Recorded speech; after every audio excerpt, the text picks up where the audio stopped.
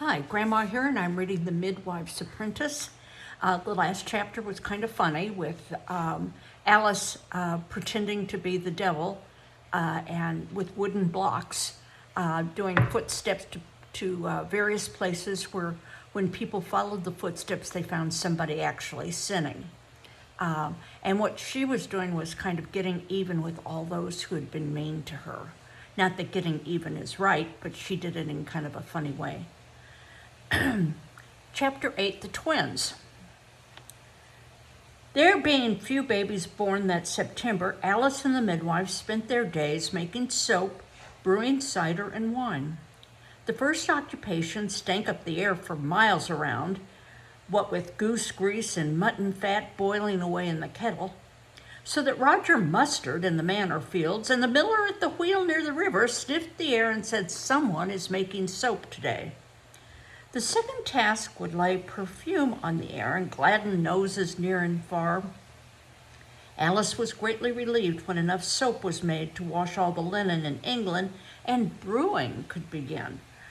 First they cooked parsnips with sugar and spices and yeast and poured these into casks, where the fermenting mixture sang loud and sweet as it turned into wine. And the same they did with turnips. Then Alyce, with baskets tied to each end of a pole, walked with the cat to the abbey grounds to gather fallen fruit. There, lying on the ground as if scattered by God just for Alyce, were apples, red and yellow, large and small, sweet and tart, firm and juicy. She tried a few, but unable to say whether she liked best the crisp white flesh of the cockagees, the small sour of foxwhelps, or the mellow, sweet rusticoats and ruby stripes. She tried a few more.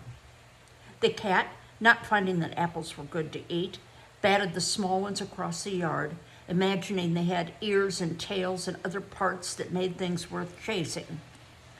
Returning to the village late in the day with her baskets and belly full of apples, Alyce cut through the manor field near where the villagers had dug a pit for the quarrying of gravel. From inside the pit came the cries of some fearsome thing, a beast, a witch, or a demon. So she crossed herself and hurried her steps. The demon was calling, "Come here to me, here to me." Alyce ran faster, then stopped. The demon sounded mighty like Will, the boy with red hair who used to torment her and now didn't do it so much. "Are you demon or a red-headed lout?" she called. "Alyce, be that you?" came the response from the pit. Cautiously, she crept to the edge, looked over. It was the red-headed lout, and with him, his cow. "Alyce, you must help me. Tansy has fallen into the pit, and I cannot get her to climb out, for she's about to have her calf and will not move. Come and help me." "I am no midwife for cows, Will Russet," she called. "She needs your help, Alyce, and so do I." "Indeed, I am no midwife at all, Will Russet, and I do not know what to do." "Come over and I will tell you. This is Tansy's first calf, but not mine." At that, Tansy called out low and mournful and full of pain and fright. Alyce could not bear to leave her like that, so she put down her basket of apples and slid into the pit. Will grinned at her. "Good for you, Alyce. Here, hold her head. Keep her quiet. Sing something soft." "I do not know any singing, Will Russet." "Croon a song without words then. Just make sweet noises." So Alyce did, although none would have called them sweet but she and the boy and the cow, and perhaps the cat who lay above where Alyce had left him, carefully licking the soft pink pads of his feet. "Hold her, Alyce. Rub her head and belly if we can but calm her. God will tell her and the calf what to do." Alyce sang and rubbed, calling the cow sweetheart and good old girl, as she had heard Will do, and the boy pushed and pulled and worked as hard as the cow. Several times they near gave up, but Alyce always found one more song or one more rub inside her, and Will loved Tansy like she was his babe and not his cow, and so the tired pair kept on. Finally, as day darkened into evening, there came the feet of a calf.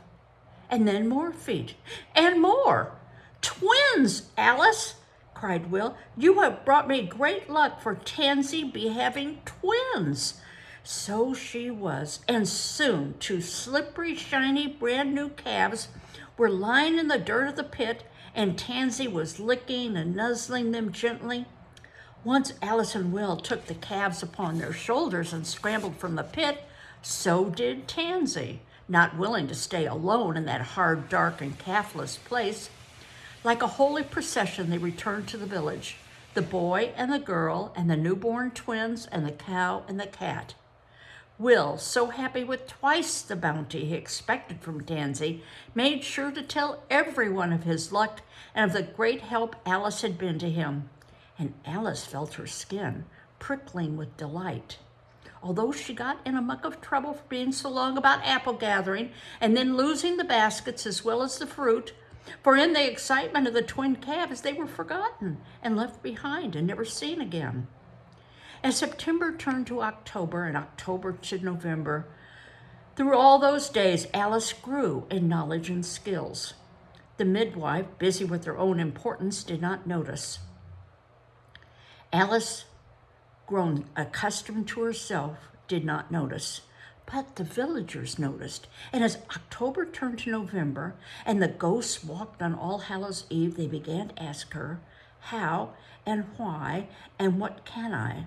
Sometimes for her help or advice, someone would pay her a ribbon or an egg or a loaf of cheese or bread, which she always gave to the midwife, as if Alyce herself were just the midwife's hand or arm, doing the work, receiving the pay, but taking no credit for the task. One morning, as they sat under the old oak tree eating their breakfast bread, Alyce told the cat again about the birth of Tansy's twins. All shiny they were and sticky to the touch. I did not even know them, but I loved them so much. This sounded to her like a song, so she made singing sounds as she had that day in the gravel pit, and then sang her words to the tune. All shiny they were and sticky to touch. I did not even know them, but I loved them so much. And so it was that Alyce learned about singing and making songs. Her songs brightened the old gray day so that a cowbird thought it was spring and began to sing in the old oak tree. Well, I like how Alyce is developing into such a intelligent, industrious girl who I think is almost ready to live out on her own. But we'll see as we read more of the story of the midwife's apprentice. Bye-bye.